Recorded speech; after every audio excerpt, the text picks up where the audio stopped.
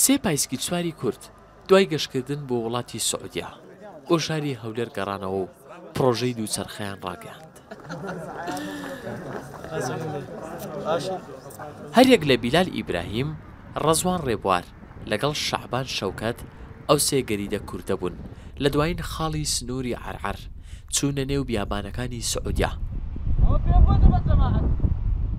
پایسکل سوارە کوردەکان 1200 کیلۆمەتریان لە ماوەی 17 ڕۆژدا بڕی تا گەیشتنە شاری مەدینە.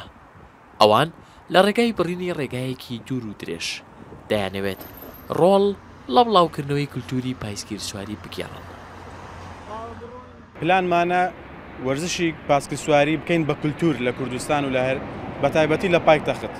یەکەم شت بە مەسەلەی ژینگە و دوای بە مەسەلەی تەندروستی وەروە مەسەلەی کەمکردنەوەی قەڵەباڵغی لە شار، یعنی ئەگەر سیر بکەیت وژە جادە و زۆربوونی سیارەکان تەسیری لەسەر ژینگە هەیە و تەسیری لەسەر تەندروستیشمان هەیە.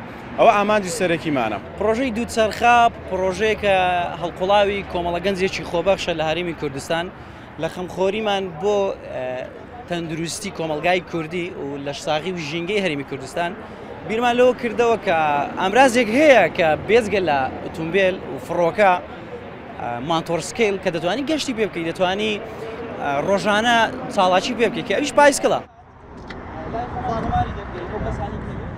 ئەم تیمە وەرزشە دووەم جارە سەرکێشی و گەشتی ڕێگای دوور بۆ دەرەوەی هەرێمی کوردستان ئەنجام دەدەن. وەرزی ڕابردوو لە گەشتی نۆبەرەیان بە پایسکیل گەشتیان بۆ شاری ترابزۆنی تورکیا کرد. ئەمە بە ڕوح و جەستەوە خزمەتی ئەو وڵاتە ئەکەین بەو پایسکلەوە ئەتوو بە سیارە بڕۆی بۆ هەر وڵاتێک نازانی ئەتوو خەڵکی کشێنەری، بەڵام بە پایسکل بڕۆی و بە ناوی کوردی لە هەولێرەوە بەرەو مەکە ئەوە نیشانە ئەدا کە گەنجی کووردە، ئەوە هاتیتە چ ئەمن ئەتوانم بە ڕێگای پایسکلی خۆم کللتوری خۆم پتر بۆ خەڵکی بناسیێنم، ئەوەیە مەرەمەکە.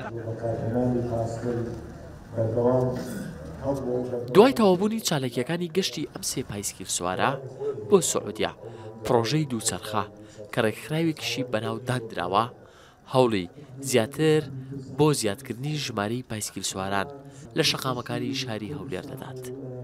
محەممەد کارێزی ڕوودا هەولێر.